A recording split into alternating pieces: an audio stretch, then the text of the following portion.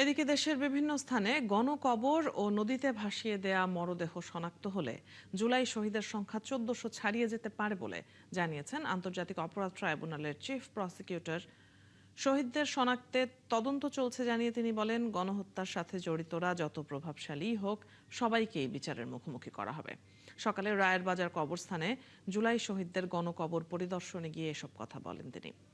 জানাচ্ছেন মাইনুল মারুফ। কিছু কবরের কোনো নাম নেই, কিছু লাশ মাটিও পায়নি, হারিয়ে গেছে নদীর স্রোতে। ২৪শে জুলাই গণঅভ্যুত্থানের সেই অজানা অধ্যায়গুলোই এখন উঠে আসছে তদন্তে।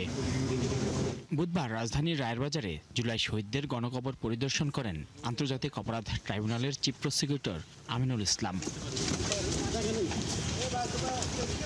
পরিদর্শন শেষে তিনি জানান, তদন্তে গণকবরের পাশাপাশি নদীতে মরদেহ ভাসিয়ে দেওয়ারও প্রমাণ মিলেছে। আজকে যে গণকবরটি ১১৪ জনের আছে, তারা আছে আমাদের জোরাইন কবরস্থানে, সেখানে একটি গণকবর আছে, আমরা সেটাও পরিদর্শনে যাব।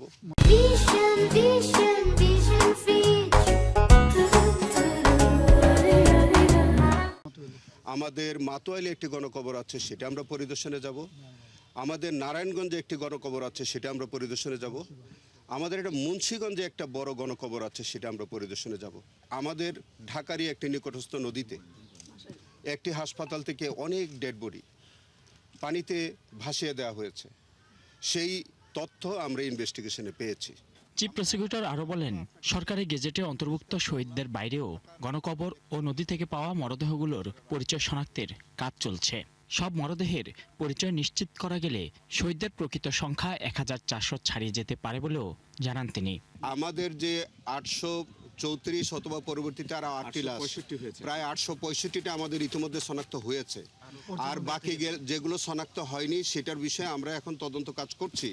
তারই মধ্যে আজকের ১১৪টি জোরাইন কবরস্থানে, নারায়ণগঞ্জে, মাতোয়াইলে এবং মুন্সিগঞ্জে, সেখানেও আমরা শনাক্ত করার চেষ্টা করছি সেখানে কতগুলো লাশ আছে এবং সেইগুলি বা জুলাই শহীদ কয়জন, এইটি আমরা এবং নদীতে ভাসিয়ে দেওয়া হয়েছে কতগুলো, এইগুলি যখন আমরা আপনি যোগফল দেখবেন, তখন দেখবেন যে ১৪০০ থেকে বেশি হয়ে যেতে পারে।